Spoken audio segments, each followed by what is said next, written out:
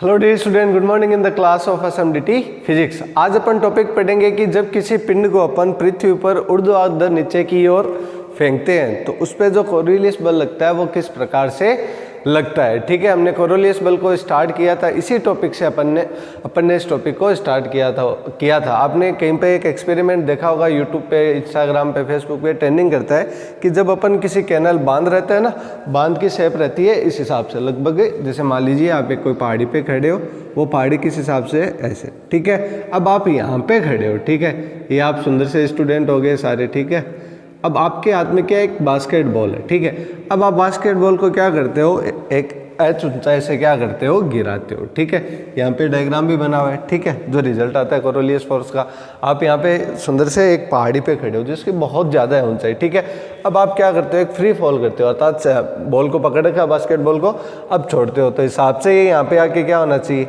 टकराना चाहिए। ठीक है, जबकि ऐसा नहीं होता। मैं कोशिश करूंगा यदि हो पाया तो एक फोटो लगाने की वीडियो पे, ताकि आप उसको समझ सको। ठीक है, यहाँ पे टकराना चाहिए, जबकि वह एकदम सीधे क्या करता है, मोशन करता है। इस सीधा मतलब जैसे वो कैनल है, बांध है, उस हिसाब से क्या करता है, मोशन।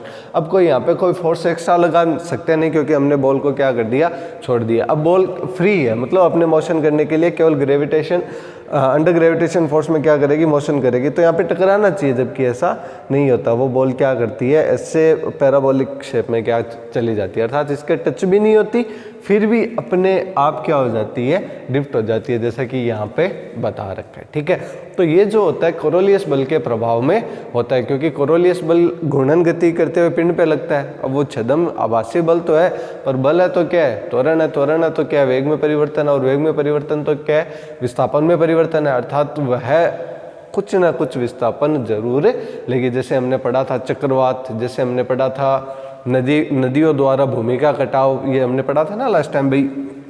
उत्तरी गोलार्ध, दो प्रकार के गोलार्ध होते हैं, एक तो उत्तरी गोलार्ध होता है और एक दक्षिणी गोलार्ध होता है। उत्तरी गोलार्ध में जो कोरिलियस फोर्स लगेगा वो किस तरफ लगेगा, दाईं तरफ, अर्थात कोई भी हवा रहेगी या कोई भी पार्टिकल रहेगा वो किस साइड ड्रिफ्ट होगा, दाईं तरफ। ठीक है, और दक्षिणी गोलार्ध में जस्ट अपोजिट, बाईं तरफ। ठीक है, तो हमने इसका पढ़ा था नदियों का कटाव का। जैसे मान लीजिए कोई नदी ऐसे बह रही है, बह तो ऐसे रही है, लेकिन कोरिलियस बल की वजह से वो कैसे हो जाएगी, इस दिशा में ड्रिफ्ट हो जाएगी। तो यहाँ पे क्या रहती है, कोई ज़मीन रहती है ना, तो ज़मीन का क्या करती है, वही चलेगी, कटाव करते हुए चलेगी। और इस प्रकार से हमने चक्रवात को भी पढ़ा था कि हवा अधिक दाब से कम दाब की ओर क्या करती है, बहती है। अब दो प्रकार के इस पे क्या लगेंगे, बल लगेंगे, तो एक प्रकार सर्पिलाकार आकृति बन जाएगी, अर्थात जो तूफान रहेगा वो किस दिशा में चला जाएगा, ऐसे मुड़ जाएगा, तो मुड़ने की वजह से क्या रहेगा, एक चक्रवात का निर्माण हो जाएगा। तो ये सारा कुछ कॉन्सेप्ट जब था, जब अपन क्षैतिज चले, क्षैतिज मतलब सीधा चले, है ना, पृथ्वी पे। आज अपन बात करेंगे ऊर्ध्वाधर। ऊर्ध्वाधर मतलब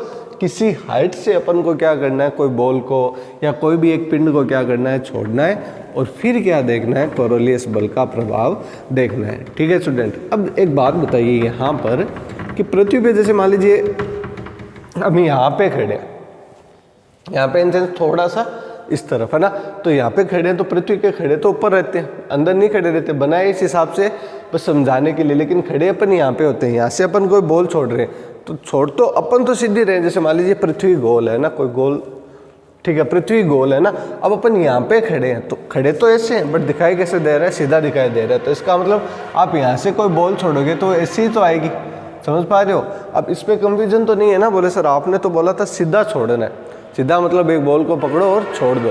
अब सीधे छोड़ रहे हो, बात वही है, लेकिन अपन पृथ्वी पे मान लीजिए यहाँ पे इस पॉइंट पे खड़े, तो हम सीधा छोड़ेंगे तो ऐसे नहीं छोड़ेंगे, अपन कैसे छोड़ेंगे, इस हिसाब से। ठीक है, और हमने बताया भी था, आपने यदि प्रीवियस लेक्चर लिया हो तो उसमें हमने ये भी बोला था कि हमारी जो एक्स एक्सिस है वो पूर्व दिशा की तरफ है, और वाई एक्सिस है वो उत्तर दिशा की तरफ है, और जेड एक्सिस क्या है, पृथ्वी के लंबवत बाहर की तरफ। जैसे मान लीजिए ये सरफेस, ये आंगन की बात करें ना ऐसी का, तो ये आंगन रियल में किस हिसाब से, इस हिसाब से ना। अब बाहर की तरफ मतलब लंबवत ऐसे। ठीक है, तो ये है, अभी तक केवल बेसिक बता रहा हूँ, अभी तक टॉपिक भी स्टार्ट हमने नहीं किया। तो ये फिनोमिना क्या आप समझ में आया कि अपन को एक बॉल को छोड़ना है, सारे मतलब एक निष्कर्ष निकाल दूँ पूरी बात का, तो उतना सा निष्कर्ष है कि आपको क्या करना है, एक बॉल को छोड़ना है। ठीक है, बहुत अधिक ऊंचाई से जब आप छोड़ोगे तो देखिए एक इक्वेशन होती है, v = u + 80, यही होती है। ठीक, इक्वेशन ऑफ मोशन। ठीक है, प्रारंभिक वेग कितना 0 हो तो कण का वेग कैसे निकालेंगे बताओ। v equals to u plus at, सारे जानते हो। ठीक है, प्रारंभिक वेग इफ इनिशियल वेलोसिटी इज 0, यदि कण का प्रारंभिक वेग 0 है तो अंतिम वेग कितना होगा, अंतिम वेग होगा v इक्वल्स टू यू 0 हो जाएगा, at हो जाएगा। ठीक है, अच्छा अब एक बात बताओ, आप किसी पार्टिकल को छोड़ रहे हो, ठीक है, तो उस पर कौन सा फोर्स काम करेगा, ग्रेविटेशनल करेगा।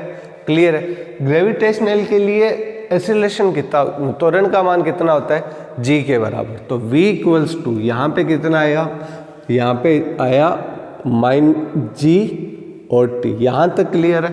ठीक है, अच्छा एक बात बताओ, आपने जो एक्सिस मानी है z एक्सिस, ठीक है, वो कैसे मानी है, परपेंडिकुलर पृथ्वी के लंबवत, अर्थात g लगेगा कौन से एक्सिस के अलोंग लगेगा, v डैश बोल दो या कौन सी एक्सिस बोल दीजिए यहाँ पे z एक्सिस, क्योंकि ये तो x होगी, ये y होगी और ये क्या बच गया z, यहाँ पे ओमेगा है, यहाँ पे क्या है ओमेगा है। ठीक है, तो अब बताओ यहाँ पे मैं i लगाऊं j लगाऊं या k, तो यहाँ पे लगेगा कितना k डैश। पहली बात यहाँ तक क्लियर हुआ।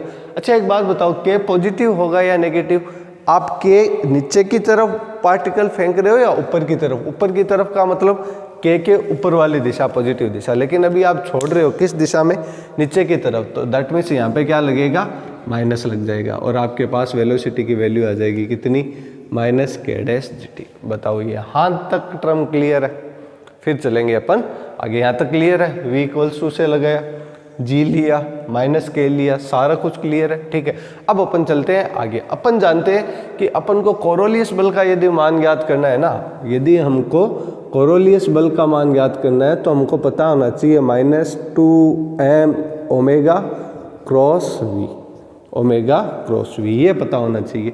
यही क्या होता है, कोरोलियस बल होता है। ठीक है स्टूडेंट, अब देखिए फ्रेंड्स, अपन v तो ले आए, ठीक है, ओमेगा कैसे लाए, तो ओमेगा के लिए हमने एक दिन केवल इसी पे एक वीडियो बनाया था कि भाई पृथ्वी के सापेक्ष घूर्णन गति बढ़ी थी, उसमें हमने ओमेगा का मान निकाला था। कितना निकाला था, अपन यहाँ पे साइड में भी लिख सकते हैं, चूंकि ओमेगा की वैल्यू थी वहाँ पे z डैश ओमेगा कोस लेमडा प्लस, याद हो तो k dash omega sine lambda, ये वैल्यू देख लेना मैंने सही लिखी है ना। ठीक है, देखिए अब आगे ओमेगा की वैल्यू ये, तो अपन को क्या मिल गया, v तो हमने निकाल ही रखा है। ठीक है, ओमेगा की वैल्यू ये, तो टोटल वैल्यू एफ की वैल्यू कितनी आ जाएगी, एफ की वैल्यू आ जाएगी यहाँ पर -2m, ओमेगा की वैल्यू कितनी, ओमेगा की वैल्यू यहाँ पे पुट कर देते हैं कितनी, z dash omega cos lambda plus k dash omega sine lambda, omega cross v, that means यहाँ पे हो जाएगा कितना, -k dash gt, -k dash gt। देखिए अब ऐसे तो सॉल्व होगा नहीं, a क्रॉस b को अपन सिंपली सॉल्व आउट कर सकते हैं, किसके थ्रू, सारणिक के द्वारा। तो अब अपन यहाँ पे क्या लगाएंगे, एफ की वैल्यू के लिए अपन को क्या सॉल्व करना पड़ेगा, सारणिक सॉल्व करना पड़ेगा। तो यहाँ पे एफ आ जाएगा -2m, सारणिक कैसे बनाएंगे, सारणिक बनाएंगे i dash j dash k dash. ठीक है, ये सारे डैश में है, हमने ये सारा पढ़ भी रखा है। ठीक है, सारे क्या है, डैश में। ठीक है, देखो ओमेगा क्रॉस v है ना, तो पहले किसकी वैल्यू आएगी, ओमेगा की, तो ओमेगा की वैल्यू लिखिए, ओमेगा z डैश में और k डैश में है, इसका मतलब यहाँ पे हो जाएगा ओमेगा कोस लेमडा। ठीक है, यहाँ पे हो जाएगा ओमेगा साइन लेमडा। ठीक है, अब k डैश के लिए, अब ओमेगा ये 0 आ जाएगा, i डैश ओमेगा की वैल्यू। अब v डैश के लिए ओमेगा क्रॉस v, तो देखिए इसमें i भी नहीं है j भी नहीं है, तो i भी नहीं है j भी नहीं है, केवल एक वैल्यू है, कौन सी, k डैश की, वो भी कितनी है, -gt। कितनी है, -gt। यहाँ तक देखो स्टूडेंट, कोई प्रॉब्लम हो तो आप देख सकते हो। ठीक है, यदि आप लेना चाहो तो इसका स्क्रीनशॉट भी ले सकते हो। देखिए आगे -2m।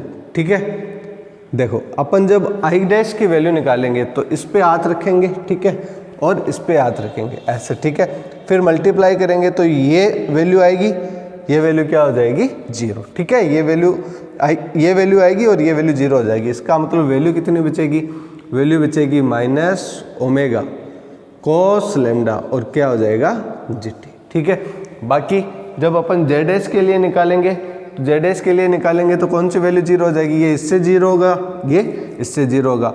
फर्दर अपन किसकी निकालेंगे, के डैश की निकालेंगे, तो ये इससे जीरो होगा और ये इससे जीरो होगा। तो ओवरऑल हमारे पास केवल और केवल एक ही टर्म आएगी। तो अपन देखो माइनस यहाँ पे है और माइनस यहाँ पे है, तो माइनस माइनस क्या हो जाएगा, प्लस हो जाएगा। और आई क्या आ जाएगा, आई डैश आ जाएगा। क्या आ जाएगा, आई डैश आ जाएगा। तो ये वैल्यू आएगी हमारे पास किसकी, कोरोलियस बल की, जब अपन किसी कण को क्या करते हैं, फ्री फॉल करते हैं। अच्छा स्टूडेंट एक बात बताओ, जो हमारे जो वैल्यू आई उसमें के डैश की और जे डैश की या आई डैश की किसकी टर्म आई, आप मन मन में बोलते रहो, आपका टॉपिक क्लियर हो जाएगा। आई डैश की वैल्यू है ना, आई डैश किस दिशा में, आई डैश एक्स दिशा में, तो मतलब जब आप फ्री फॉल करते हो तो जो फोर्स लगेगा वो किस दिशा में लगेगा, आई डैश दिशा में। तो अब सिंपली क्लियर हुआ ना, आप यहाँ से छोड़ोगे तो पार्टिकल पे कण किस दिशा में लगेगा, आई डैश दिशा में, अर्थात वो क्या हो जाएगा, विस्थापित हो जाएगा। तो जो मैंने बास्केट वाला एग्जांपल बताया था ना कि वो पहाड़ी की तलहटी से टकराती नहीं, सीधे क्या हो जाती है, पार हो जाती है। क्यों, छोड़ते तो अपन सीधा ही है, बट उस पर बल लग रहा होता है, तो वो क्या कर देता है, उसको दाहिनी दिशा में क्या कर देता है, विस्थापित कर देता है। ठीक है स्टूडेंट, अब अपन को कोई ये बोले कि आप हमें विस्थापन का मान निकाल के बताओ, आप हमें वेग का मान निकाल के बताओ, ठीक है, तो अपन कैसे निकालेंगे, तो हमें क्या मिल गया, कोरोलियस बल मिल गया, हमें क्या मिल गया, कोरोलियस बल मिल गया। ठीक है, अब एफ सी की वैल्यू आई हमारे पास कितनी, एफ सी की वैल्यू आई 2m ओमेगा, ठीक है, कॉस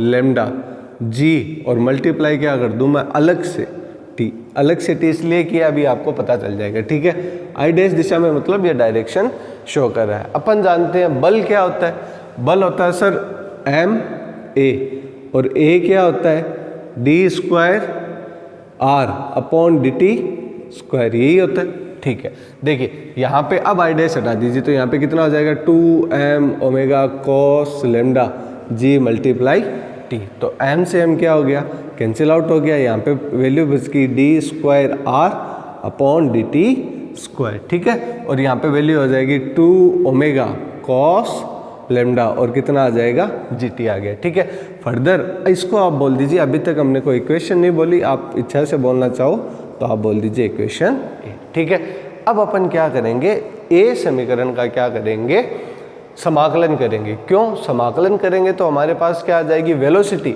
और वेलोसिटी का फर्दर समाकलन करेंगे तो हमारे पास क्या आ जाएगा, उस विस्थापन का मान जो पार्टिकल प्राप्त करता है। कैसे फ्री फॉल करेंगे, सीधे नहीं गिर के थोड़ा सा आगे चला जाएगा, कितना आगे गया उसकी वैल्यू निकालने के लिए अपन क्या कर रहे हैं, ये सब काम कर रहे हैं। तो दिक्कत कीजिए, इंटीग्रेशन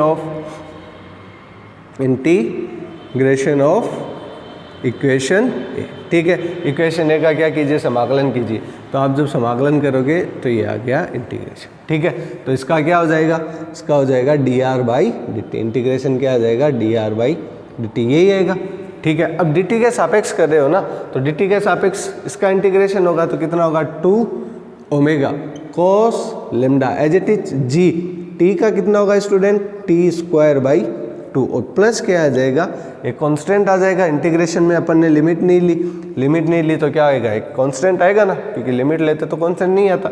इसका मतलब अब अपन को क्या करनी पड़ेगी, सी का मान ज्ञात करना पड़ेगा। स्टूडेंट यदि आप लेना चाहो तो यहाँ तक स्क्रीनशॉट ले सकते हो, ये इंपॉर्टेंट टॉपिक है बेटा, ये पूछा जाता है, पूछा भी फ्रेंड्स, ये लगभग 5 या 6 नंबर में जाएगा, क्योंकि 3 नंबर में इतना नहीं करवाएगा, एक टॉपिक एक्स्ट्रा ऐड कर देगा।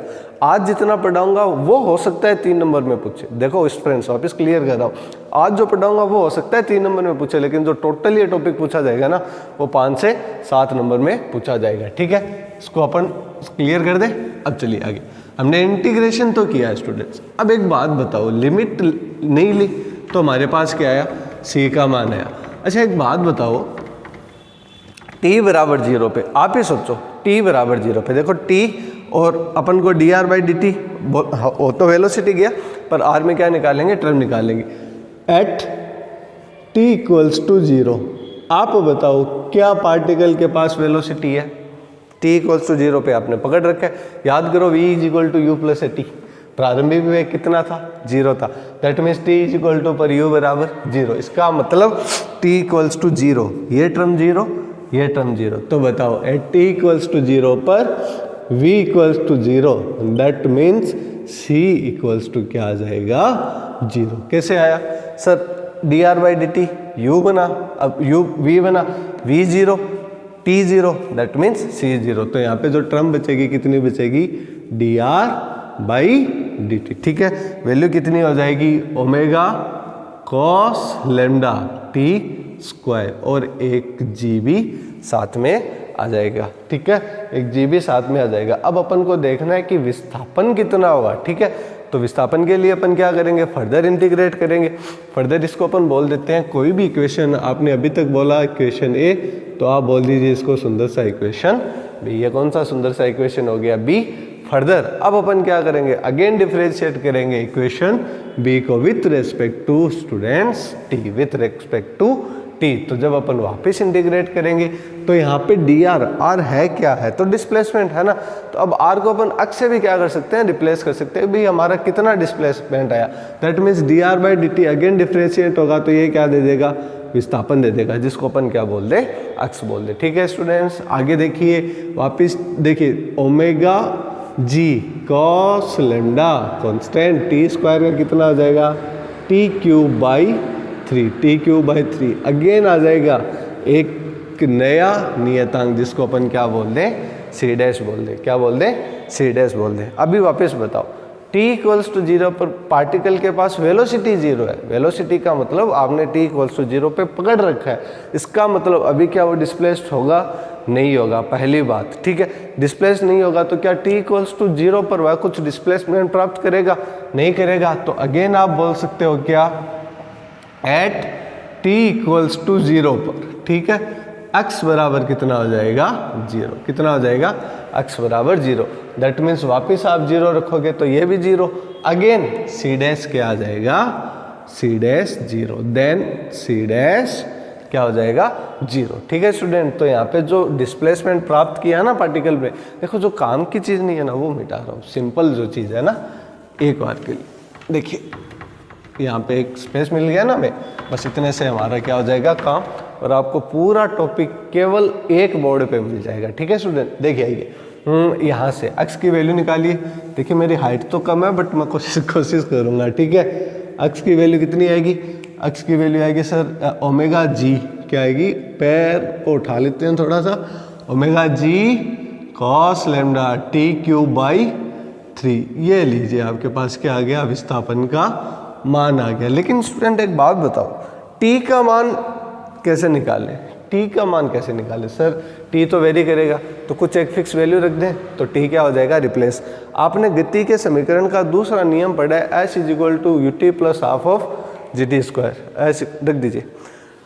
हाँ जी, s is equal to u t plus half of g t square. यदि आपका u 0 तो s बराबर कितना हो जाएगा, half of g t square. यहाँ से t की वैल्यू आ जाएगी कितनी, 2s अपॉन में कितना आ जाएगा, जी, और उसका क्या लग जाएगा स्टूडेंट, अंडर रूट। ठीक है, बताओ s क्या था, s वो हाइट ही तो थी ना जहाँ से हमने पार्टिकल को क्या किया था, छोड़ा था। तो दैट मीन्स s को रिप्लेस करेगा, s को रिप्लेस करेगा क्या करेगा, h, s को रिप्लेस करेगा क्या करेगा, h। और अब आप क्या कर दीजिए, t की सुंदर सी वैल्यू कहाँ पे रख दीजिए, इस इक्वेशन में। ठीक है, तो आपके पास क्या आ जाएगा, विस्थापन का समीकरण, और आपका क्या हो जाएगा, टॉपिक कंप्लीट। तो ये था नीचे की ओर गिरते हुए पिंड पर कोरोलियस फोर्स। एक बार वैल्यू निकाल के बता दे क्या। देखिए स्टूडेंट, ये वैल्यू सही है क्या, आप बताना। ओमेगा जी कोस लेमडा, ठीक है, टी की पावर कितनी हो जाएगी, 2/3। तो ये लीजिए 2/3, और यहाँ पे मैं रूट लिख सकता हूँ क्या, किसका, 2h अपॉन जी। देखिए कैसे, देखिए कैसे, t की पावर 2/3, तो t की वैल्यू थी कितनी, अंडर रूट 2h अपॉन जी। तो 2h अपॉन जी की पावर कितनी होगी, 3/2 होगी ना। अब देखिए 3/2 का मतलब 1 और आधा, तो 1 को तो क्या ले लो, इसको बाहर ले लो, तो बच गया कितना, आधा बच गया ना। तो आधा क्या बच गया, आधा बच गया 2, तो यहाँ पे वैल्यू बैलेंस हो जाएगी। और आप ये वैल्यू बैलेंस नहीं भी करो तो भी कोई क्या नहीं करेगा, गलत नहीं करेगा। आप सीधे लिख सकते हो 3/2, ये आ जाएगी आपके पास इक्वेशन। किसी पार्टिकल को अपन मुक्त रूप से छोड़ते हैं तो इसकी जो इक्वेशन बनती है वो इस हिसाब से बनती है। तो ये था स्टूडेंट आपका वीडियो, किस बारे में, एक किसी पिंड को अपन क्या करें, किसी हाइट से छोड़े हैं। अब इसकी अलग अलग कंडीशन रहेगी, वो अपन नेक्स्ट वीडियो में पढ़ेंगे। इस वीडियो से रिलेटिव कोई भी क्यूरीज, कोई भी डाउट, कोई भी आपको मतलब पूछना हो टर्म ये कैसे आया, तो आप यूट्यूब पे कमेंट करके या जो असम डीटी का हमारा जो फिजिक्स का ग्रुप बना हुआ है उस पर आप पूछ सकते हो। आई होप ये आपको वीडियो पसंद आया होगा। यदि पसंद आए तो लाइक और शेयर ज़रूर कीजिए ताकि किसी ज़रूरतमंद की हेल्प हो सके। ये लाइक मेरे लिए नहीं है, ये शेयर मेरे लिए नहीं है, ये शेयर बस एक स्टूडेंट के लिए जिसको ये टॉपिक पसंद आ सके। ठीक है, मैं हर बार यही बोलता हूँ कि बस स्टूडेंट के पास टॉपिक पहुंचना चाहिए, चाहे कैसे भी पहुंचो। ठीक है, ये मेरा कोई पर्टिकुलर नहीं है, बट मैं चाहता हूं कि यदि आप सेटिस्फाइड हो तो हो सकता है कि आप ही का कोई भाई सहपाठी हो, उसको क्या मिल जाए, हेल्प मिल जाए। एक बोर्ड पे समझाया, पूरा समझाया और पूरा एक्सप्लेन किया है, तो बस ये आपके फ़ायदे के लिए और आपके सहपाठी का क्या हो जाए फ़ायदा, इसलिए आपकी क्या करना, शेयर कर देना। ठीक है स्टूडेंट, और इस वीडियो से रिलेटिव आपको कोई प्रॉब्लम हो तो आप जो हमारा ग्रुप बना हुआ है SMDT श्रीमती मौर्य देवी तापड़िया कन्या महाविद्यालय का, उस पर आप कभी भी निसंकोच कोई भी न्यूमेरिकल, कोई भी टॉपिक इस वीडियो से रिलेटिव पूछ सकते हो। Thanks for this video watching. और हाँ बेटा, आज थोड़ी तबीयत खराब थी तो उतनी एनर्जी नहीं रही, बट मैंने ट्राई किया आपको समझाने का। ठीक है, थैंक्स बेटा।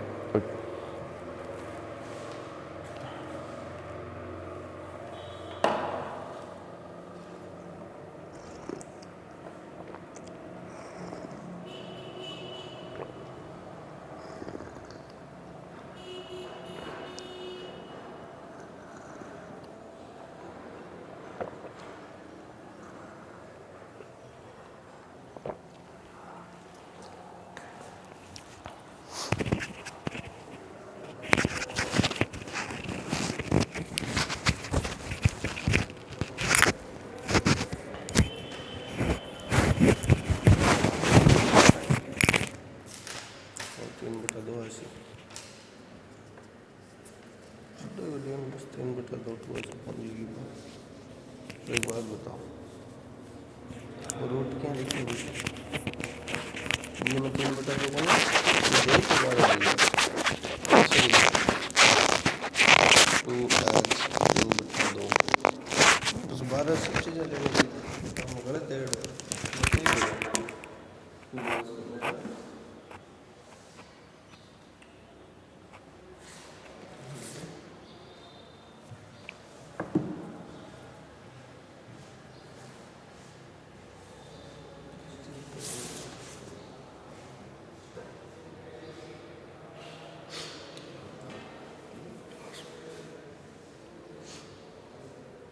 अरे